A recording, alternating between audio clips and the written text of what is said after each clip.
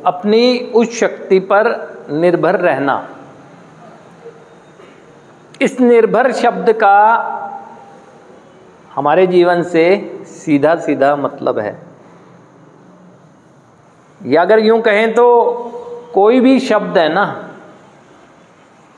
वो सकारात्मक दिशा में भी हो सकता है, नकारात्मक दिशा में भी हो सकता है।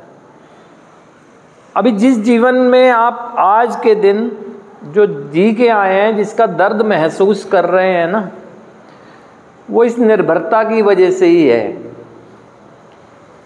ये निर्भरता शब्द सकारात्मक है, लेकिन ये वो तब है जब आप सकारात्मक दिशा में चलते, लेकिन आपने निर्भरता नकारात्मक दिशा में की हुई है। जब आपकी सोच ही नकारात्मक दिशा की तरफ थी, तो आपको इस निर्भरता ने परिणाम भी कोई अच्छे नहीं दिए।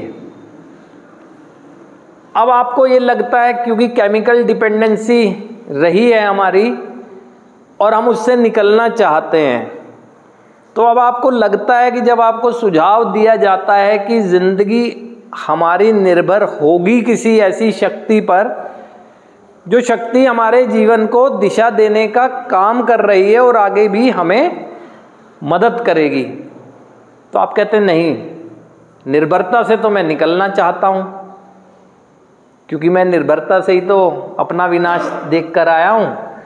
तो लेकिन ये भूल जाते हैं कि ये विनाश मेरा तब हुआ जब मैं नकारात्मक दिशा में निर्भर था। अब बात सकारात्मक दिशा की कह जा रही है, अपने जीवन को बेहतर करने के लिए निर्भर रहने की सुझाव दिया जा रहा है, लेकिन नहीं रहते हैं। वो इसलिए भी होता है क्योंकि आप एक ही चीज़ सोचते रहे।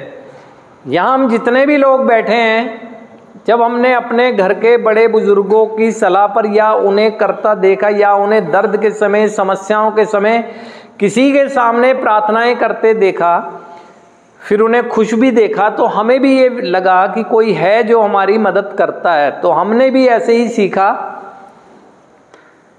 ईश्वरीय संपर्क, अपनी अपनी धार्मिक आस्था विश्वास अनुसार हमने ये सब सीखा और हम भी करने लगे। जब भी कभी हमें समस्या लगती थी तो हमारा प्रार्थनाओं में जाता था ध्यान।